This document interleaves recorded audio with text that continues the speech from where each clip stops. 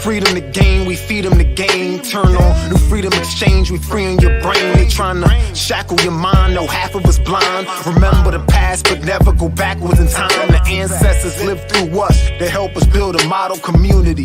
New Africa is soon to be. So tune in to Sister Marsha, Mujahideen, Imam Bilal, to get your cultural enlightenment now.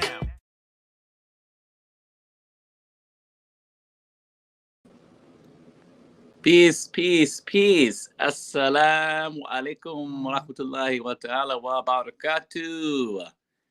Welcome back to New Freedom Exchange, your place for cultural dignity and community empowerment. I am your host here this evening, Imam Bilal Hassan, live and direct here in New Freedom Exchange. We have some of our team members on assignment. So today's a special day. I'm by myself in the studio, holding it down for Sister Marsha and Brother Deen, who are out on assignment in San Antonio, Texas, and handling some interfaith work with our folklore members of the folklore community. They had the conference down in Texas this weekend that's ongoing, and they are handling that and representing for the New Freedom Movement down in Texas. And they send their salams to everyone on this beautiful Saturday, and we keep it rolling, we keep it consistent here in this space, and giving everyone that opportunity. So come on in, give salams, let us know where you're tuned in from, let us know what city you're representing, what country, what state, city you're listening to. We'll shout you out and bring you on the screen. But yes, I am by myself today, holding it down for Sister Marsha and Brother Deen, who are on assignment this weekend. And inshallah, we'll be back full team next weekend or so. So today we have a very special show, and we have two awesome guests that we'll be interviewing today on New Freedom Exchange Live. And before we get to that point, I'd like everyone to take a second to go ahead and share the live stream that's streaming now, wherever you're watching it on. If you're watching on Facebook, if you're watching on YouTube, go ahead and share it. We're live. Go ahead and subscribe to our YouTube channels, New Freedom Exchange with X and New Freedom Network as well. And go ahead and also like our pages, New Freedom Exchange with X, and again, New Freedom Network as well, our Facebook pages and YouTube pages. So like us and subscribe to us today, and share to your family and friends, as we have a plethora amount of content that's available. You can go back on our YouTube channel and actually see and go through all of our past interviews that we have done up until this point, and check that out as well. So go ahead and do that. And also, it is a few more days to Ramadan. I think about 17 or so days left into the month. We're hitting the month of Ramadan in a couple of weeks now. So let us know how you're preparing for that, and when you look for maybe some goals that you have for the month of Ramadan. If you'd like to share in the comment section, let us know. And as we prepare for that time in the month of Shaban that we're in now, leading up to the month of Ramadan, is still some preparation that needs to be made mentally, physically, and spiritually to get us in the mode for what is going to be, inshallah, God willing, a blessed time, blessed month to be in. And so definitely let us know how you're prepping for Ramadan and how you're preparing for it as well. So our two guests this evening, we have the founder for Hope for Health and Hygiene, Sister Aliyah Saleem, who will be here at the top of the hour. About to introduce her in a second, bring her on the screen.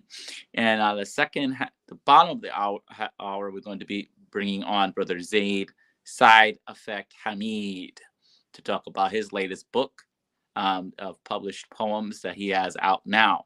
So without no further ado, I want to bring on to the screen Sister Aliyah Saleem, who is the founder for Hope for Health and Hygiene.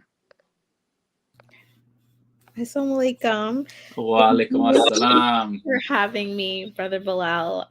What an honor it is to share a little bit about myself and also my organization. So my name is Aliyah Saleem. I am currently a member of Mashallah Plainfield and have been attending since I was a young girl. Now I'm currently 21 years old and I attend Rutgers University, New York. And I'm majoring in public and nonprofit administration with a minor in health and society.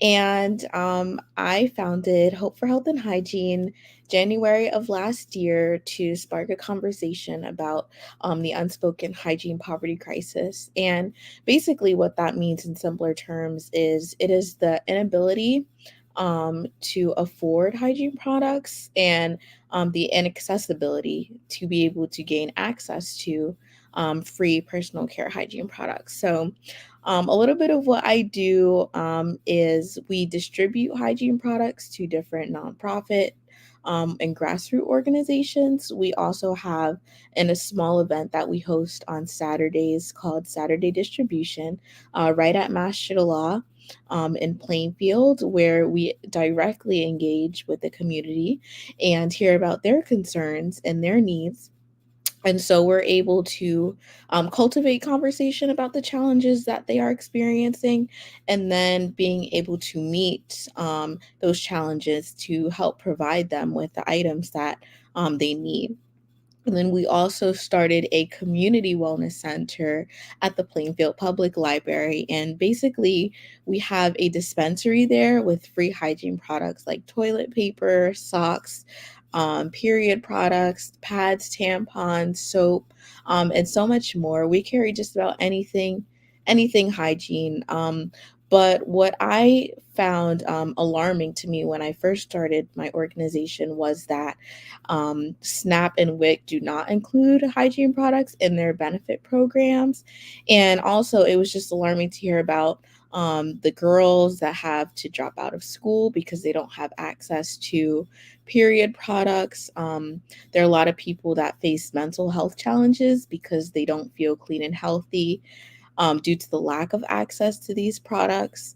And then also, this goes on in so many different countries that are disproportionately don't have access to things like also water sanitation is another issue that a lot of people are experiencing in other parts of the world. And so, what I have been trying to do is kind of spark conversation about stigma and taboos around hygiene, around menstruation, and just trying to kind of normalize the conversations that we're having and create a safe space also for people to kind of share what they may be going through, and also create a space where people can ask questions and just be well informed overall. And so, though, that's basically where my passion relies. But I'm very involved in the community, and it's just been a blessing to have the support. Not only from the Islamic community, but also different businesses in Plainfield and different surrounding areas that do help us raise donations and collect different hygiene products for us to give back to the community. And so I can't emphasize enough the importance of collaboration and the importance of partnership to really make this effort a worthwhile and impactful one. And so I'm more than happy to answer any questions or that you may have, or if you have any interest in specifically the work that I've been doing, I'm more than happy to also elaborate more. Right, alhamdulillah. So let's dial it back some, Sister Salim, into a little bit about Mhm. about why you got into Yeah. the field that you're in now Mhm. with the promoting health and hygiene. How did that come about? Let's dial it Mhm. back. That's a great question. So originally, I wanted to pursue a pre med track. I've always had the passion to give back to others, but I really found that my niche was in healthcare. Hmm. And so when I started learning about the different disparities in hygiene and also the donations received between food and clothing compared to hygiene was very alarming to me. And so I instantly, like, I connected with being able to find my place in helping to fill a void, and then also involving everyone else who had the dedication and the passion to also raise awareness about this issue. And so that's where it really began. I've always loved volunteering, been active since I was a young girl, and I just found that hygiene products are just so basic. It's a basic necessity that a lot of us take for granted. And so I just wanted to be able to give others that are facing these challenges a platform to share what they've been experiencing and then to amplify their stories and their challenges. So that's a little bit about how I got started. Always have had a passion for healthcare. I think it was just for me finding specifically what I connected to and where I felt I could be most resourceful. Excellent. Now, in that regard of, Mm-hmm. so we talked about why or how you Mm-hmm. got into it, and the motivation, Mm-hmm. the drive that you have to serve your community. What are some of the things you're noticing in on the ground as Mm-hmm. far as the communities are concerned in terms of health and hygiene products? Mm-hmm. Um, because it's something where we have all these drives, clothing drives, food drives, and things Right. of that nature that happen quite often in our Right. communities, but sometimes we ignore the health and hygiene products being Right. something of a necessity. So Right. when we talk about our communities, Black and Brown, African American, Latino Mm-hmm. communities, what are you seeing on the ground in terms of the overall statistics and data, Mm-hmm. just on the ground in terms Yeah. of what's needed in terms of this? Yes, that's a great question. Well, research is saying, and data and statistics are saying that underserved and marginalized communities are being the most impacted by this crisis. And I always refer to hygiene poverty as an unspoken crisis. It is a silent crisis.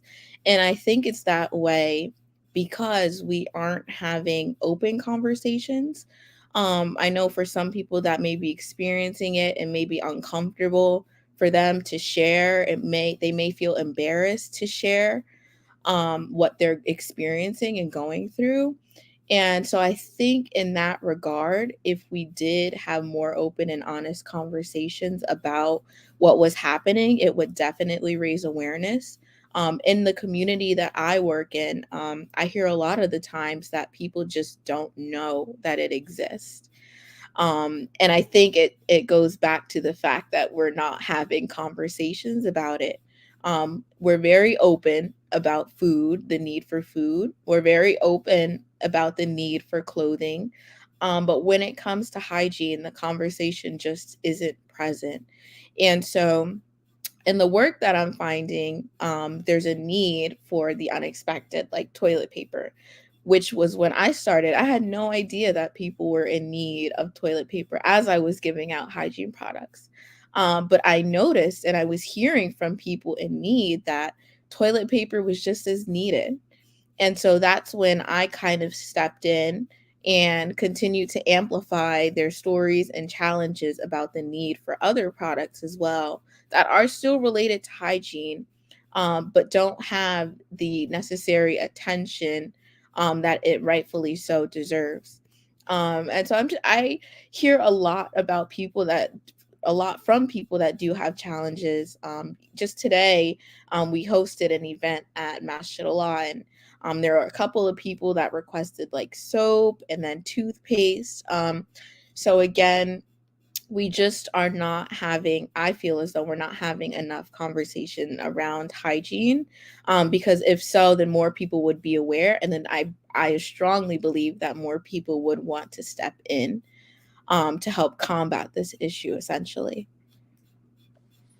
With COVID, though, Yes. with COVID now coming, well, still in COVID, but in the height of COVID, Mhm. what was that like for the work that you're doing with Mhm. health and hygiene, with the COVID outbreak Mhm. that's plagued our communities hard in a Right. lot of our areas? Right. Well, all of us definitely saw that it was substantially impactful. I mean, because toilet paper was running out the shelf. toilet That was paper was the first sold item out. that people was buying, and I'm Yes, just like, I wasn't I was a little yes, confused as to why the first item on the shelf was toilet paper was already gone. right. But to your point, let's maybe you can clarify that for us. Yes, I think it was kind of like a cause and effect. Like some people saw, the need for toilet paper going, and then other people kind of like followed on to that. And then the next minute, it's like toilet paper is completely sold out. We saw the same thing happen with Lysol. Lysol was sold out. And I think especially during COVID, not only was hygiene very important, but we also saw that people had a lack of understanding in the importance of washing your hands and how that is better than using your typical hand sanitizer. There's nothing like soap and clean water. And I think that during COVID, that was emphasized substantially and continuously being emphasized, the importance of washing your hands. I know in my work, a lot of people don't know how long you should wash your hands for. And that's 20 seconds, by the way. We should be washing our hands for at least 20 seconds. And so I know a lot of people bring up the point that during COVID, a lot of people didn't have access to these items, and it was absolutely worse. And we saw that firsthand.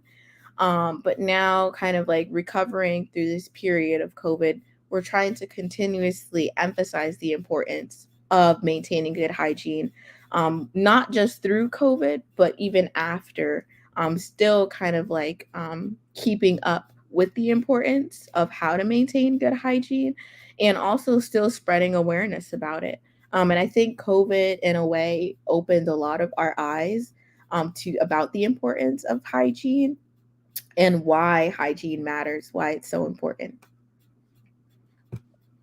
Exactly, and also the as Muslims, hygiene is like crucial, Yeah, part of our faith with wudu, the concept of wudu, right. and the concept of ghusl. These are our forms of purification Mm, of our bodies and also of our spirits, to prepare us for prayer. So, I mean, our way of life is very comprehensive. So, like, yes. when we go to the bathroom, we have to make wudu. In some cases, we might have to make ghusl. If we Mm, engage with our spouse, we have to make ghusl mm, afterwards to before we can jump into prayer. You can't jump into prayer, right. after you're done with your spouse. Like, this is like these are the practices Correct. that a lot of people may take, a lot other people may take for granted. Correct. You understand what I'm saying? And Al Islam is very comprehensive with that, in promoting health and hygiene. Hygiene. Correct. Way before a lot of other people got hip to the fact, Mm, oh, well, you should be doing this, we should be doing that. Now science is saying, yes, we should be doing this, yes, we should be doing that. So I just wanted to make that clear that our way of life is very yes. comprehensive, and hygiene is something that's very important. It Cleanliness is. is very important in Al Islam, and perhaps you could talk a little bit about the tie-in connection between the faith of Al Islam and the work that Mhm, you're doing. mhm, How Al Islam, right. how you live your Islam or Mhm. practice your Islam through your not for profit. I think that's a great question, and I love the point that you made about wudu and how this all ties into hygiene and it being relatively important already in the practices as a Muslim. And so I feel as though these practices are very important and they all have an important reason behind them. And I think naturally, as Muslims, hygiene is something that we're automatically practicing and incorporating in our lifestyles. And I feel like that's already so important. That we have these realizations and understandings and not just going through the motions but completely understanding why we are doing wudu, why we are doing ghusl. And so this definitely ties into the work that I'm doing, and I'm even trying to share why it's important and also model how we can properly approach different scenarios in hygiene, how long we should be taking showers for, what is the importance of using exfoliations and scrubbing and different products that help us maintain good hygiene practices as well.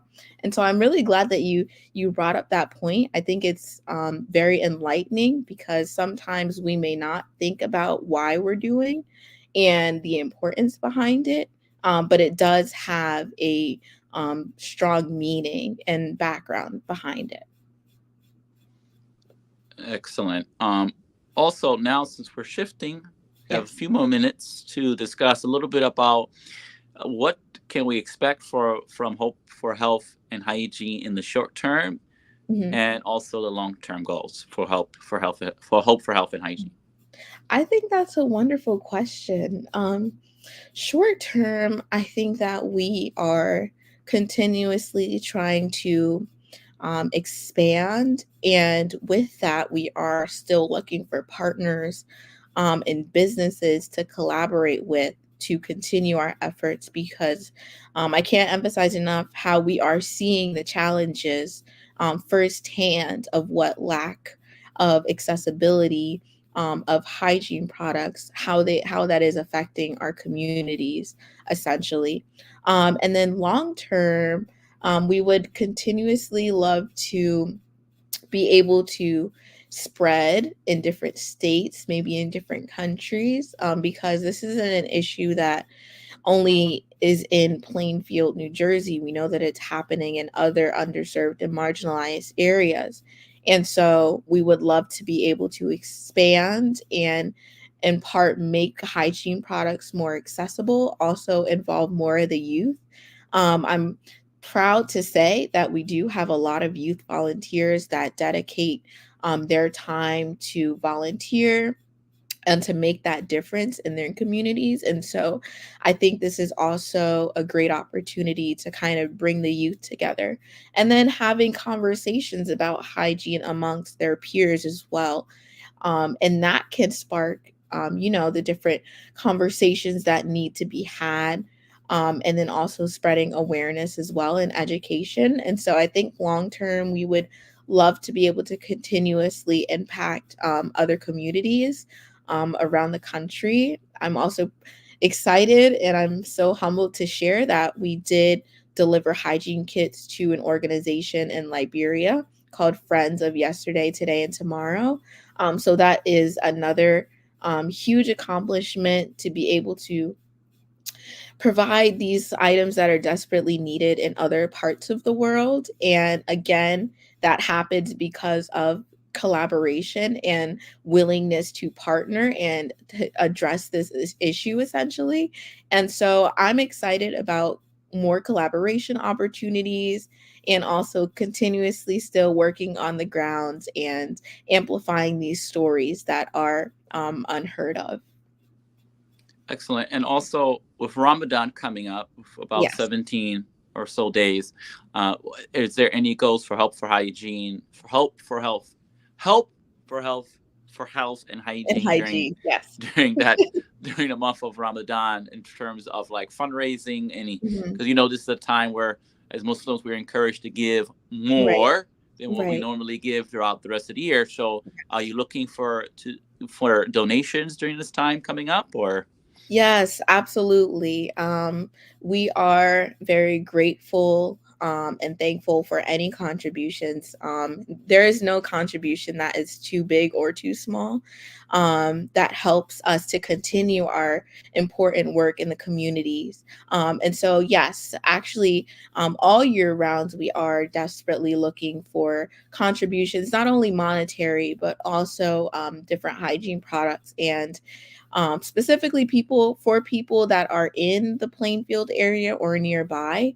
But if you would like to make a monetary contribution, we do have that information posted on our website. So if you click on the link, it should direct you to our different donation options. We accept donations through Cash App, Zelle, Venmo, and then we also accept donations through Donor Box. So you can also make a monthly contribution as well, to help us continue our work that is so desperately needed. And again, just want to emphasize that this is an unspoken crisis, and we all play a role in helping to amplify this and helping to address this issue. And I also wanted to take the time to also thank the Masjid Allah community for providing us with the opportunity to give back and a place to give back, like the Masjid, in collaboration with their soup kitchen. And then also just want to thank you again, Brother Bilal, for providing me with the opportunity to shed a little light on the unspoken hygiene poverty crisis. Oh, definitely, for sure, sister. The salams has been given to you from Sister Marsha and Brother Deen, Mujahideen. They are out on assignment right now in Texas at an interfaith conference with the Focolari, but they wanted me to express their gratitude and salams to you. And here at New Freedom Exchange, but also our not-for-profit, New Freedom Works, we would love to stay in contact with you and inshallah collaborate in the foreseeable future with Help for Health and Hygiene. So with that being said, everyone, Help for Health and Hygiene right here. The founder is right here with us, Sister Aliyah Saleem. You can go to our website, www.help4, the number 4, health and hygiene, healthhygiene.com. That is www.help, the number 4, healthandhygiene.com. Make a donation. Consider making a monetary donation to help with the efforts here.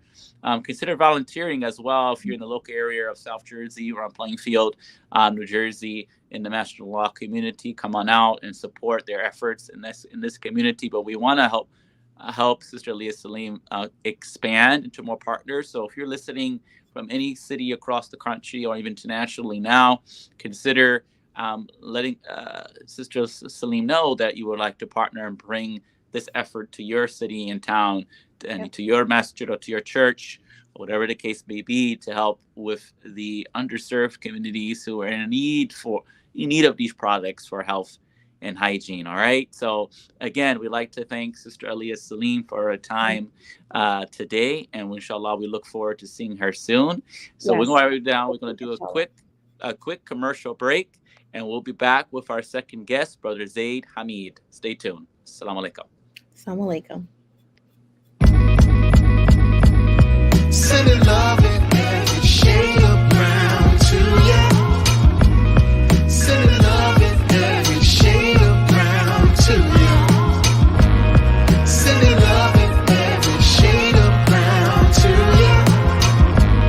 Sending love in every shade of brown, shade of brown. They say the first cutter be the one that sets the tone, to add pressure to a lesser known flesh and bone, to look different than the picture shown, and to be a rebel means you're not about to settle till you get your own. This one's for all my outside of the box thinkers, with bumblebee stingers and paper cut fingers and scrapes on their kneecaps. I know the pain lingers. The healthy way to heal a broken wing is to give it love.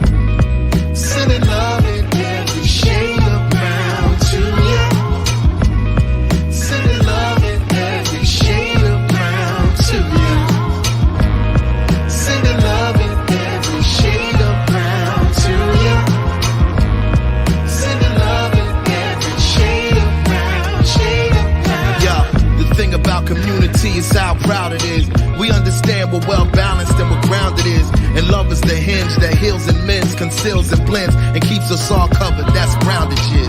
We say it's all black when it's all love, and it's brown when it's all good. Groundage is. We help heal the hurt. So put us on. So put us on. I said you gotta put us on. We're back. That was a commercial from our good friends at Browndages. So shout out to the Browndages team, Brother Rashid and Sister Intisar. And good news is that Browndages, we have partnered with them on Prosperity Marketplace Exchange, PMX. And we're proud to bring Browndages to Southeast Queens in New York.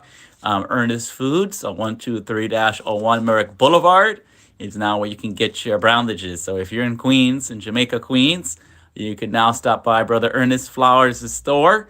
That is 123-01 Merrick Boulevard, Jamaica, New York, 11434 for your browndages.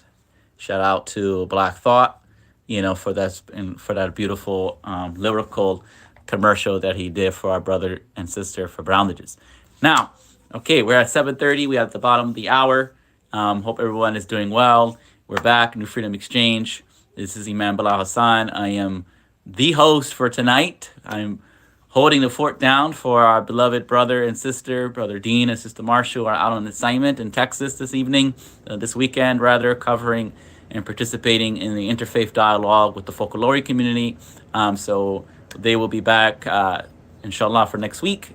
But they give salams to everyone and everyone tuned in. So thank you for tuning in. If you're tuned in, we just finished our interview with Sister Aliyah Saleem for Hope for Health and Hygiene. And now we're shifting gears to bringing on our dear brother Zaid Hameed, who will be talking to us this evening about his latest publication, which is his collection of poems. So without no further ado, let us bring on our brother Zaid Hameed.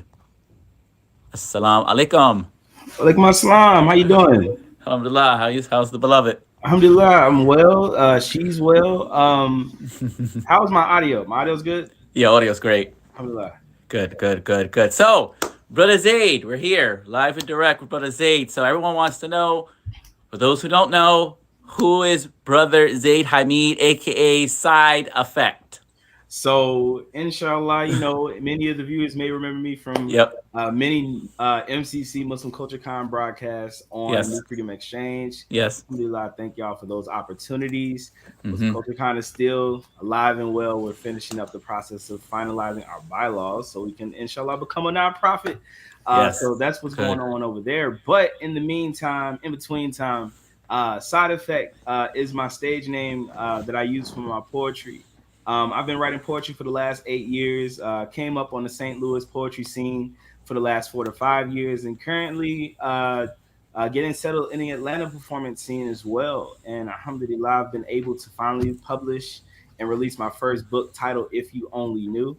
Was able to do a launch of it back home in St. Louis last week, and then we're wrapping up this week with a writing workshop at the Atlanta Masjid, or sponsored by the Atlanta Masjid tomorrow morning. So we had a launch event down here as well. So, it's been moving the last couple of weeks. That's why today was the perfect day to be able to get the interview and stuff done with you all.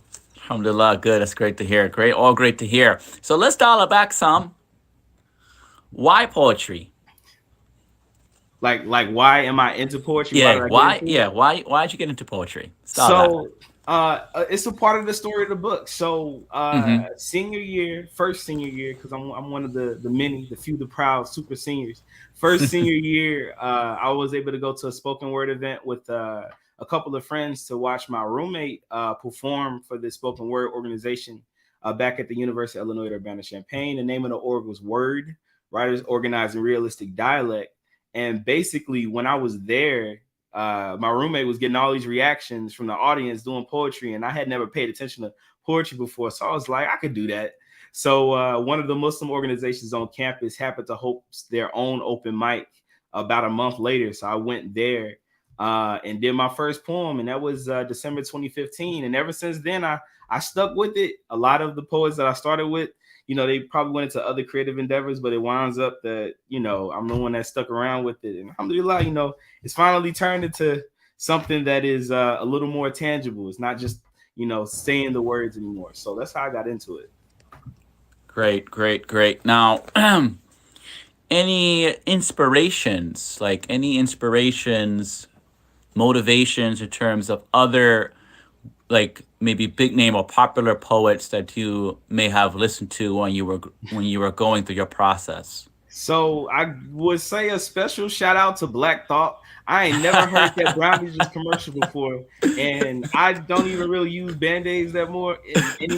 But I really want to go buy some Browndages. Yes, that commercial was fired. Yeah. But for me, when I first started getting into it, Kendrick, Common, and Cyde the Prince were my top 3 influences. It's a part of the story that I tell in the book. Mm-hmm. Kendrick for his rhyme schemes and alliteration style, multi-syllable rhyme Mm-hmm. schemes. Saha for his metaphors and his punchlines, and then Common because it's common right now, but Common because his writing style was very, I always call it, it's like an unorthodox southpaw writing style. It was something that, he could be rapping and then a rhyme could come out of nowhere in the middle of his verse that he's spitting. So when I first started getting into it, I was really focused on just the patterns. And that's kind of what the story of the book does, is it follows me getting into spoken word poetry, but even just living life, focusing on patterns and recognizing patterns. And that interest in patterns turned into really reading those patterns and, communicating, with myself, just having a conversation with myself and being able to really internalize that these patterns are consistent, and these consistencies in our lives lead to bigger things. So that's why I kept going with it, and it kept strengthening my poetry moving forward.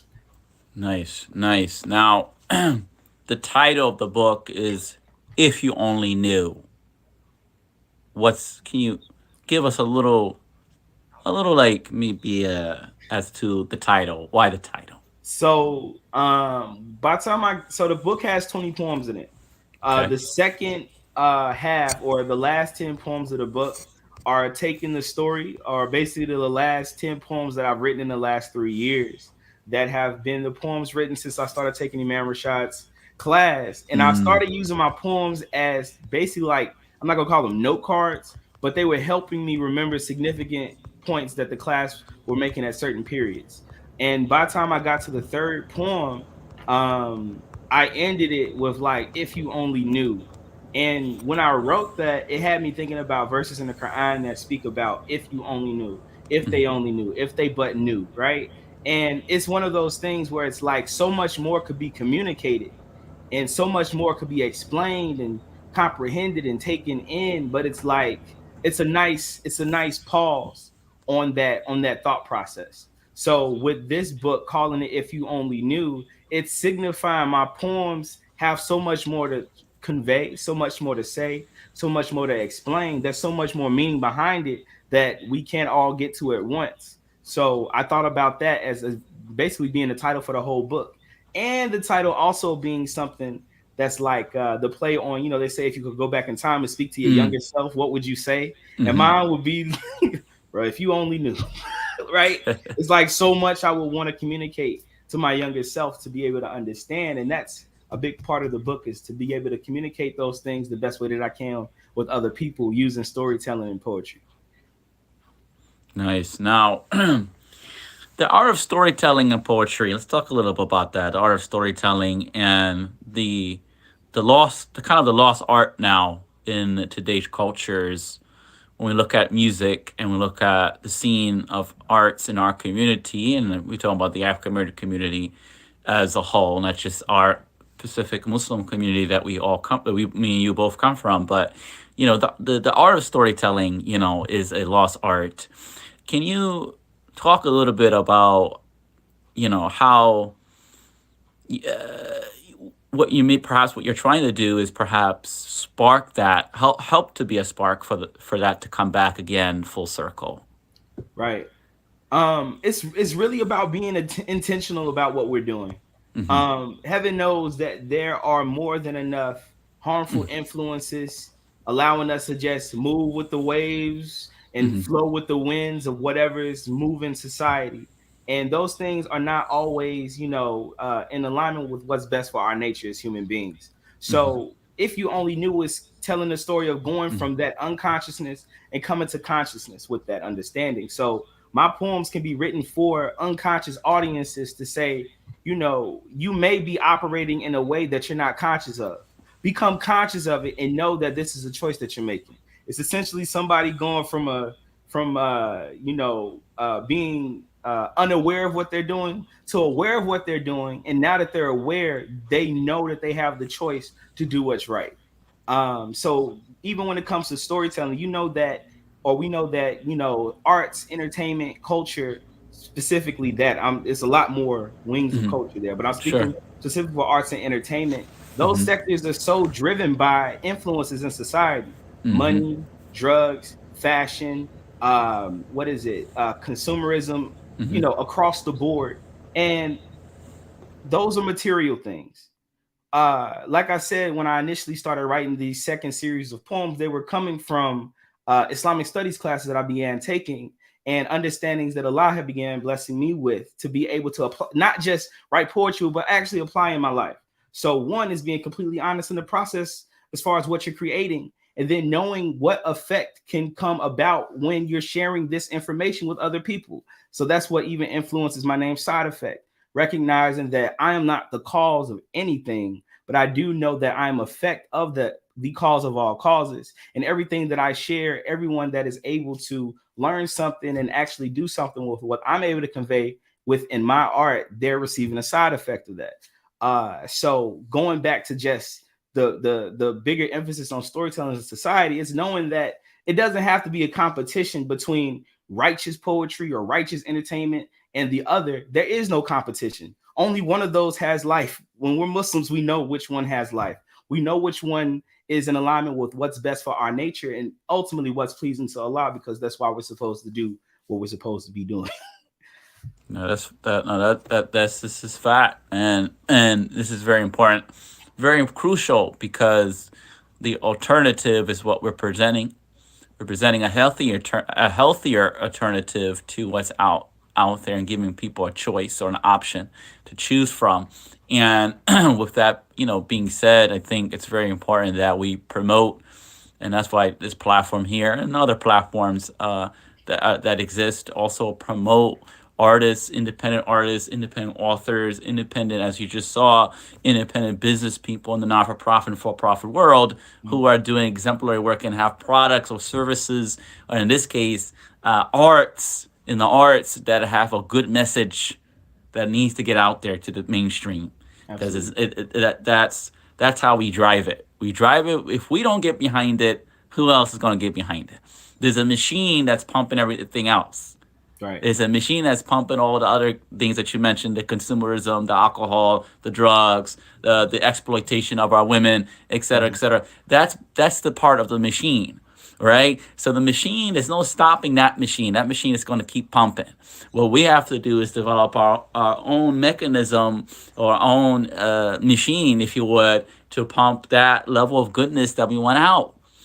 Because to be honest with you, the machine is relying solely upon people like ourselves to actually listen, consume it, to maybe buy it, for those who still buy stuff nowadays, but could at least do TikToks and keep the machine, keep it viral, as they say. Yeah. We are the trendsetters. We are the ones that make products and services and things pop.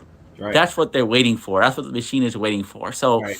That's what keeps this thing alive. But what we have here tonight, and what we try to have every time we meet here in this space and other spaces, is to give our audience and those who seeing this now or later a chance and opportunity to see something positive and hear from somebody positive, like Brother Zaid and others who are doing this type of work. So now, short term or long term, for Cyde Effect.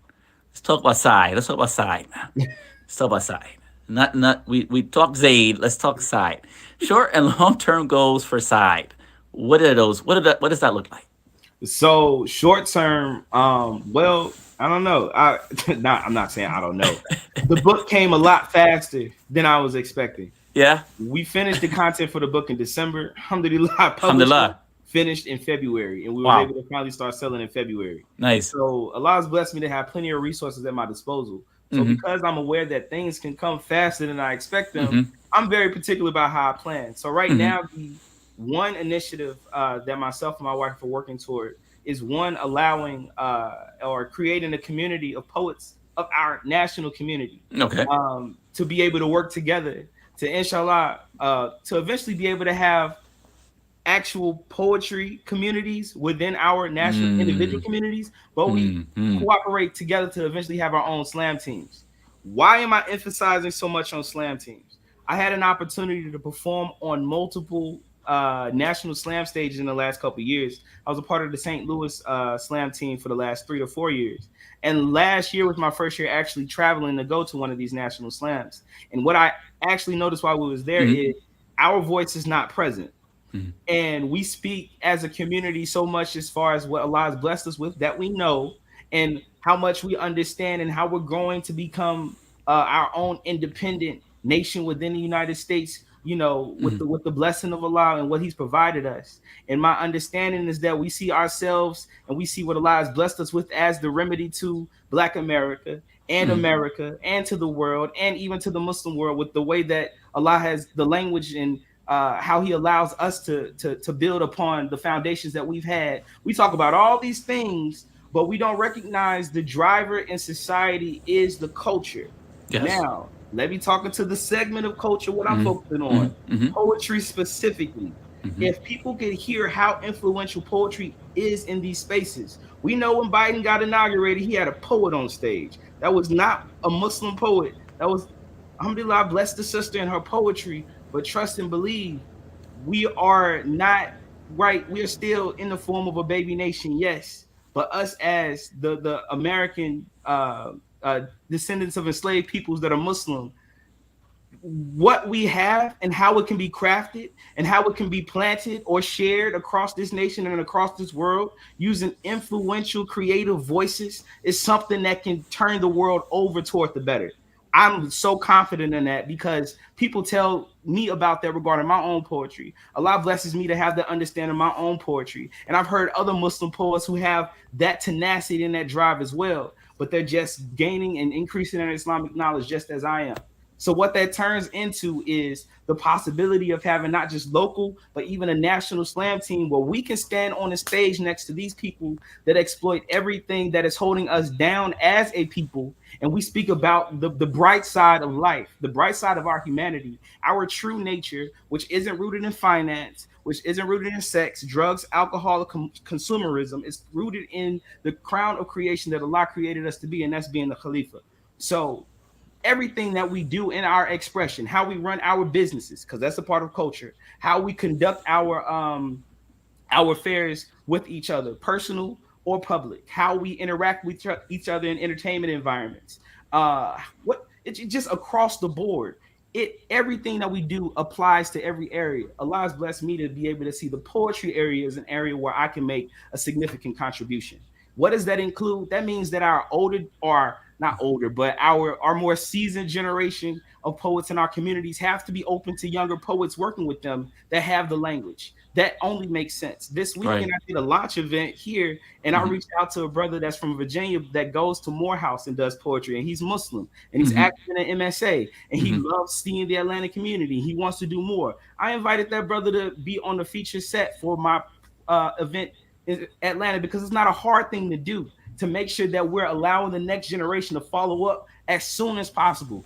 I'm not even 30 yet, and I'm bringing somebody that's early 20s do an event because I don't know how long I'm going to be here. We're always supposed to be preparing the next to take over. So what does that mean for us? It means establishing communities of Muslim poets around the nation, the ability to work together and strategize on how we can influence these environments. So next time we have a president, or let's create our own platform where we're doing something that's influencing the masses. You bring in a Muslim poet on stage who actually has the value for the Muslim community and the value of the oneness of its creator at the forefront of their artistry, and not just trying to make some money.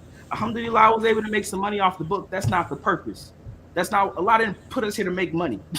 There's plenty of people making money. Why is that what we're so keyed on? It's plenty of people that have larger audiences. We're not keen for the larger audiences. We know it's the few that are going to make it to where we're supposed to be going. What is that number? We don't know, but we have to make sure that we're reaching as many people as possible with the language that Allah has blessed our community with and has blessed the Muslims with. I'm passionate about this, if you can't tell. I see. No, I mean, yo. Alhamdulillah. Woo. Yeah, he's teaching, man. I mean, Cyde is teaching, man. This is Cyde coming out, man. I don't think that's Zaid. I think that's more Cyde. But we want people to definitely do buy the book. I'm saying that. I'm going to say that. I'm saying go online and do purchase the brother's book. his collection of poems. This is his first book. If you only knew, on Amazon.com right now. Go ahead and make your purchase. Buy it. Book Cyde in your city. Book Cyde in your city. Thank you, Jada. Book Cyde in your city. So when you purchase your book, you bring Cyde.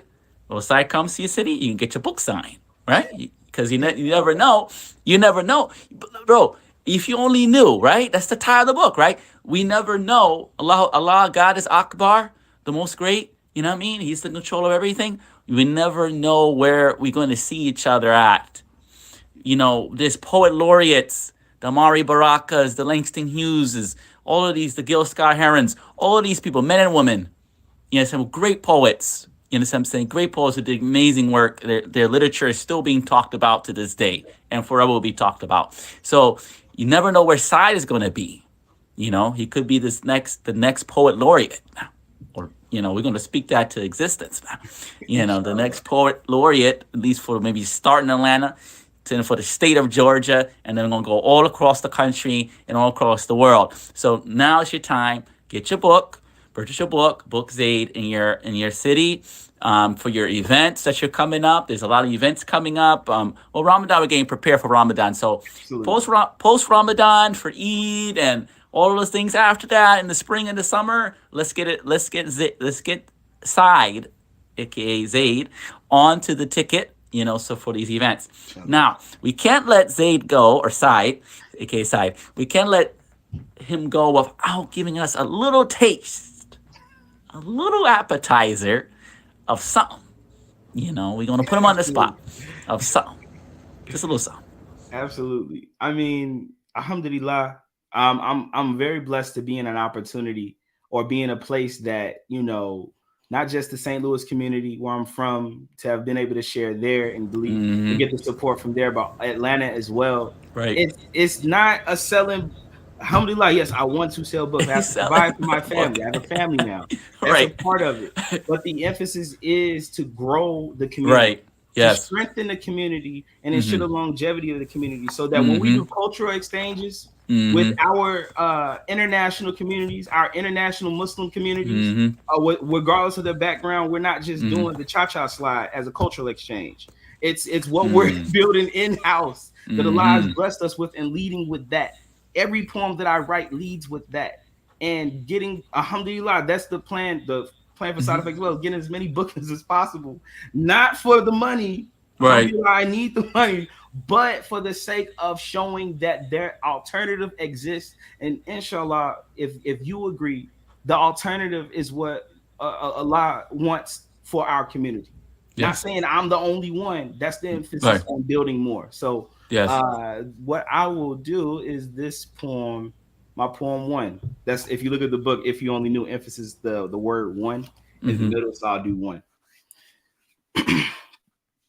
1.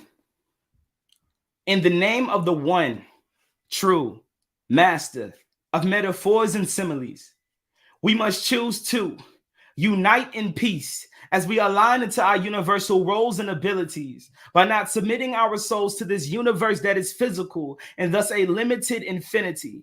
Through this soliloquy, I've expressed why it's not logical for me to limit the vastness of one within the dimensions of our Trinity, because Tawheed taught me to see that one is beyond the sums of both the seen and unseen infinite divinity that provides our sustenance through the earth's lusciousness and other amenities, keeping us safe and secure like clownfish and anemones. 4 times during the solar decline, our souls climb as we're kept aware of our collective work and responsibilities. Ujima.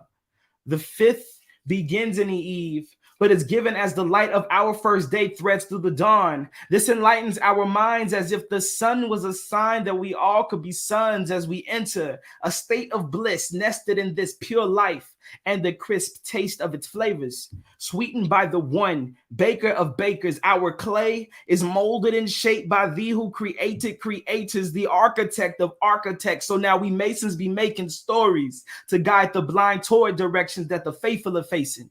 Reassurance is we're not alone as we practice impatience, meditation morphing us into neos reborn free in this matrix. Despite the agents whispering fragrance into our hearts till we're dripped in temptation, we are Jedis forced to fulfill this Deen en route to this real destination. We are Saiyans reciting Saiyans in a similar cadence that will always span across the sands for more and more generations, that we be one community composed in a system of limitless creation. Our destiny be from the subquantum to the most galactic destinations. There's evidence in a declaration between our system of nations, systems uniting our atoms, planets, family, blood, and other consistent foundations. When we combine that of learned science to the wisdom of sages, we follow that logic to the conclusion that we be the one that can sum up and solve this prolific equation, that we be the one created by the one that created creation. I challenge you, human, don't you deny your favors. You be the most intelligent being ever created that just needs more devotion to achieve motivation, while outcasts forced to walk the line between love and hate as you seek liberation from being whipped into submission by some of the most cynical of statements based in our place that's the pinnacle of creation, where we're pacing and racing in ruthless races, ruining our stasis, making us blind to our inheritance that rewards us for our patience. And so that's why we live to maintain the present in our presence. Where we learn what truly unites us isn't our skin, face, or our nations, but the source of our essence. If you only knew. One. Okay. I don't have the snaps. I don't know how to do that. I don't have. We will get the snap feature on here, but wow, I do have to say this is awesome. This is awesome. This is awesome. This is awesome. Alhamdulillah. All praises due to God. We want you all to know that we have this level of caliber of art and expression and culture expression in our communities that are thriving, and we just need to cultivate them and need a space for them. So the slam idea, we are totally for it. New Freedom is all over it. Let us know how we can participate, how we can help elevate it, because I'm all about that. I definitely think that this. No, I'm being serious. Like, everyone else has slams, but the Muslims, we don't do it. You know what I'm saying? I just don't understand why. And we have all these poets. We have all these poets floating around, right? It's like, yo, we have all these poets floating around, but we haven't had a poetry slam. So let's do it. Let's get it popping. You know, let's get that book. Let's get the book back up there one more time this evening before we sign off. Let's bring up the link one more time. Here we go. There it is. If you only knew, Zaid Hameed, Cyde Effect, Amazon.com. Go get your copy. Don't forget, bring Zaid to your city. You know, book your event with Zaid. That's the email right there, effectivepoetry@gmail.com. Thank you, Jada. Assalamu alaikum, brother Ahmed Hameed. He said, keeping it relevant. That's the brother right there. Ishmael Fahemi just turned in. He said, let's go. You already know this was the time. Let's do it. So I'm excited. As you can see, I'm elated. You know, this is like art. This whole poetry, hip hop thing is just like, all of that art stuff is like, I love it. I'm an enthusiast of it, you know, and I like promoting this stuff. This stuff gets me really excited, really hype, you know, because it's brewing, and it's something that we desperately need as a community in order to give dawah too. You know, this is dawah. This is another form of communication to the greater society. Good dawah book. Yeah, this is a dawah. This is dawah, because we know as the khutbah is for Friday, but that Friday lecture may just stay at the pulpit and may not leave the pulpit or the rostrum, you know, whatever. So what gets to the people further is the art, the music, the expression that travels the whole world. So with that, you know, we want to establish, and we're on our way to establishing a new expression, a new freedom, or a new African expression that's curated by our people, is controlled by our people, that's promoted by our people in our community. And, you know, we can only do it as a village. So do your part, and everyone work in your places. We can do it together. and join in that. So we like to thank Zaid for coming on and gracing us on this platform, a New Freedom Exchange. Sister Marsha and Brother Deen sent their salams to you from Texas. They're out on assignment down in San Antonio with the Folklore, but they wanted me to extend the salams to you as well. So thank you again, Brother Zaid. Cyde, we're looking forward to working with you. We're looking forward to elevating you and continuing to elevate you, inshallah, and elevating all the other artists here. And that's a wrap for us at New Freedom Exchange this Saturday, same time, same place, next Saturday at 7 o'clock. And we're going to end with a commercial, with something that everyone should also grab and subscribe to. And until next time, peace. Assalamu alaikum. Alaikum assalam.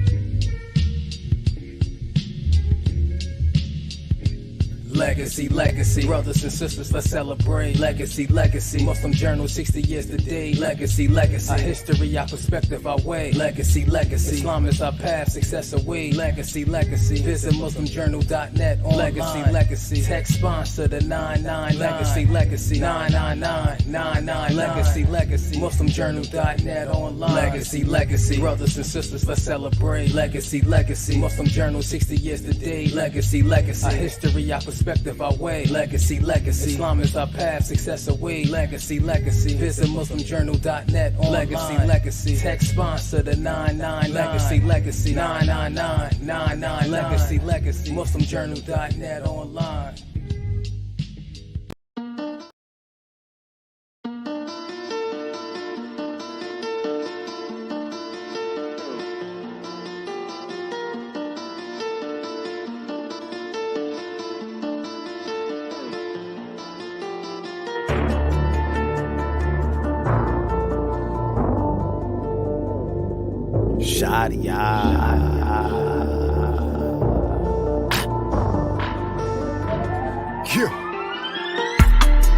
I got my checkup, I got my checkup. Gamble in the Reaper, I ain't cool with neither. Ain't handling the Nina, I don't use the heat. Ain't handling the leader, I still fool with Peter. I got my checkup, I got my checkup. Gamble in the Reaper, I ain't cool with neither. Ain't handling the Nina, I don't use the heat. Ain't handling the leader, I still fool with Peter. Hop in and hop out the recycling server with the bakara. This is the genre that's popular. Show me somebody that's stopping us. Show me somebody that's topping us. Plant my foot in the game, I'm a botanist. Watching the seed grow. To the rose, I'm me, bro. And the pressure, some Smeego. And a we go. But I'm fly like a seagull. And the money is legal. Every scene, though, it go back to the people. I don't hit the casino. That's my stilo. Change my life like Carlito. Love the mic like I'm Tito. Keep it Gito. Only one ain't no trio. He the one like he Neo. I got my checkup, I got my checkup. Gamble in the Reaper, I ain't cool with neither. Ain't handling the Nina, I don't use the heat. Ain't handling the leader, I still fool with Peter. I got my checkup, I got my checkup. Gamble in the Reaper, I ain't cool with neither. Ain't handling the Nina, I don't use the heat. Ain't handling the leader, I still fool with Peter. Shawty, I come on a mission. Islam, my true religion. Do this rap thing with precision. I just got tunnel vision. For the Deen, I'll go to prison till Messiah has risen. I make every single dollar like I'm in the Musala. Right after I get the guala, spending the way of Allah. We came from Elijah Muhammad, so the bow tie's intentional. Still respected in the streets because we multi-dimensional. Make our own ways to get money, we don't do it conventional. Ain't no get down or lay down, cause membership is consensual. I keep posse, flash by paparazzi, copy, poppy. You can try, but you can't block me. Satan tried to stop me. We the best of creatures, Allah named us young Khalifa. You step foot in my house, you gotta remove your sneakers. They say they love my delivery, they ain't talking pieces. They talking about that sooner music banging out your speakers. I got my checkup, I got my checkup. Gamble in the Reaper, I ain't cool with neither. Ain't handling the Nina, I don't use the heat. Ain't handling the leader, I still fool with Peter. I got my checkup.